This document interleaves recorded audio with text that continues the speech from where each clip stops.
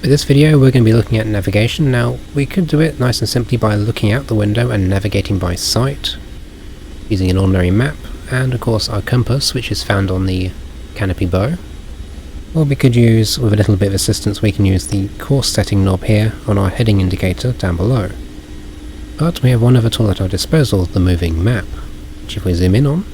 Now this is not in fact a computer display, but it is simply a slide that is inserted with a sheet of the map behind a plate of glass, which contains a slider here that can be moved to the left and up and down.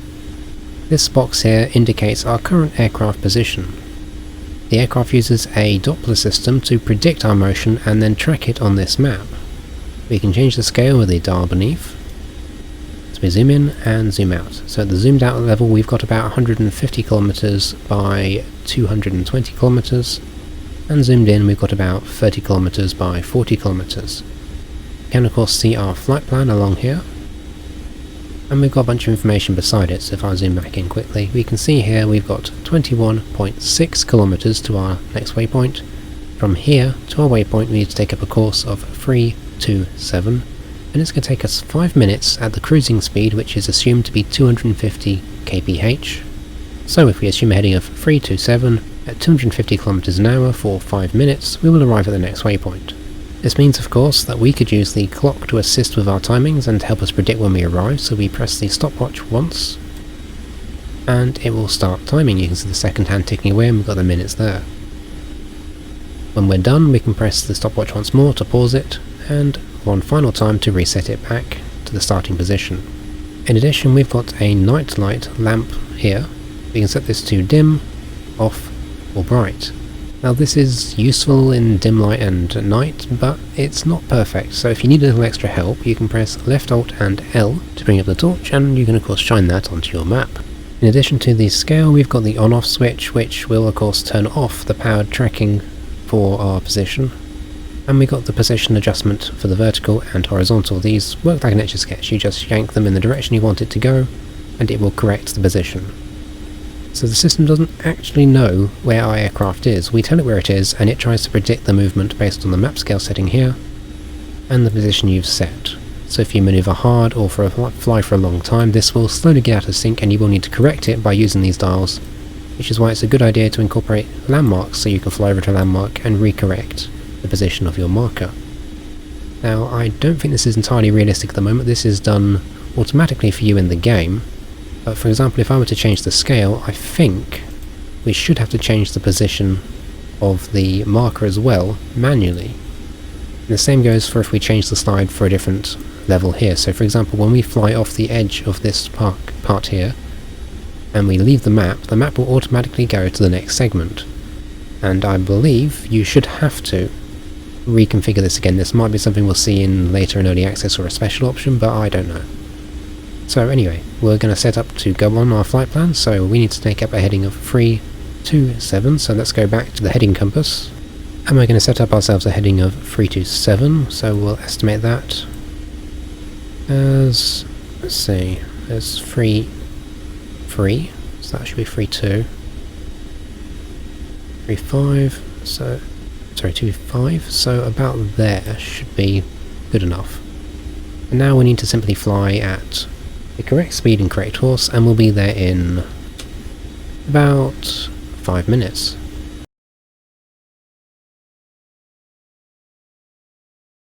So as I said before, we are now about to fly off the edge of the map, and when we do, we'll see the slide automatically switch over to the next one and the position be corrected for us. There we go. And now we're in the bottom in the left hand corner. We need to make our turn north. Unfortunately the waypoint is on the boundary of the two segments, so you don't get a good view of where the waypoint is exactly.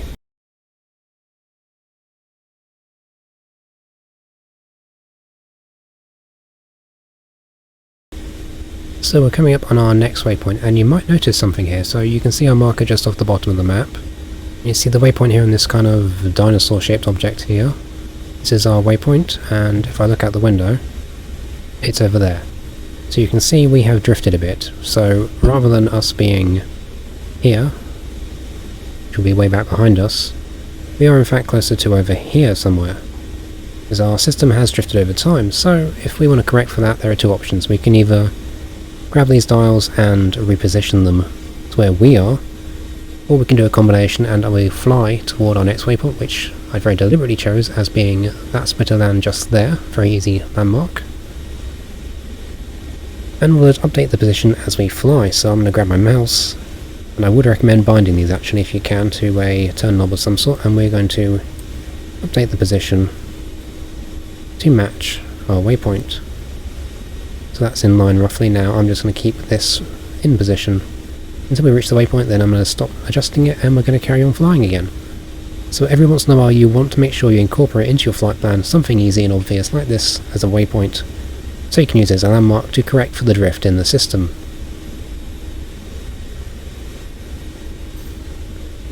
So we're almost there, so I need to adjust to the right.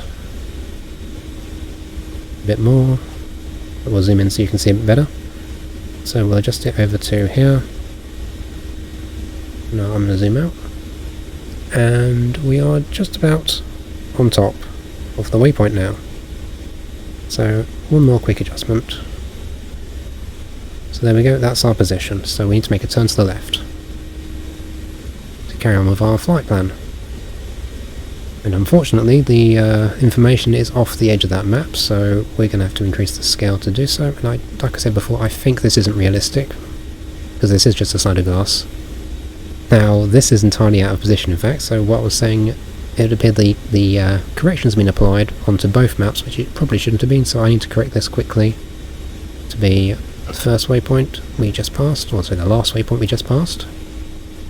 And down. There, this is, like I said before, you really should bind this if you can. And when you take a heading of...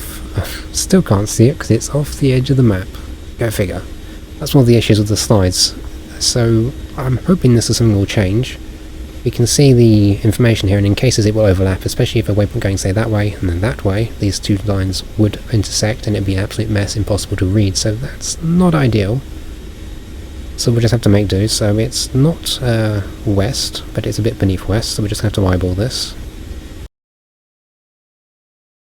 So we're just halfway between the next two waypoints, and this is one of the other problems with maps. We don't always have a map covering everywhere. You see here, we're just there, according to this map, and you've got the waypoint there, and our flight plan's out here somewhere, and then there's this big black box with no information in there, so that's not super useful. So sometimes the coverage of the maps is just not ideal, and you're going to have to eyeball it or use the zoomed out map instead. So we're approaching the second to last waypoint on our map. You can see the position is roughly right now still. This mouth of the river here is my waypoint, so once again we are going to correct that. So I'm just going to see if we got a good zoom level. No, we don't. So let's just correct it on the screen here. So there, and down just a little bit, and that should be good. So now we just need to find the heading and direction for the last leg of the journey, which is 30 something and 3 minutes 6 kilometers.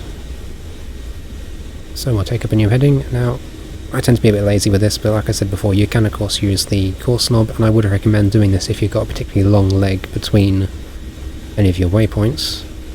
I'm just going to make a turn to 30 and that'll be good enough for me. All of the controls I've used in this video can be found under map display commands if we search for that. But there's one problem. You see, there isn't actually a switch for the horizontal and vertical position adjustments, and this needs to be added to the sim soon. I hope it is. So for now you're going to have to deal with the knobs on the display, which is a little bit fiddly with your hands full. And so here we are at Krasnodar, having followed our map all the way down the route. So this map is really nice, it's a really ingenious solution, but it's of course a bit of a flawed one too. So I hope I've shown you some of the strengths and the limitations of the map system. I really do quite like this. It's a really simple thing and it works really well, but of course it also shows its age and its limitations. Unfortunately, because of DCS and the way the maps are auto-generated, it's a bit hit and miss the success. You'll get things overlapping, but overall I think this is a really cool system. Hopefully in the future we'll see the ability to have the slides created by the user and set up carefully so your flight plan sits nicely inside one slide, and we can ensure of course that the text doesn't overlap and perhaps add extra details and notes like enemy positions on there. But for now, that is the map system. I hope you enjoyed, and take care.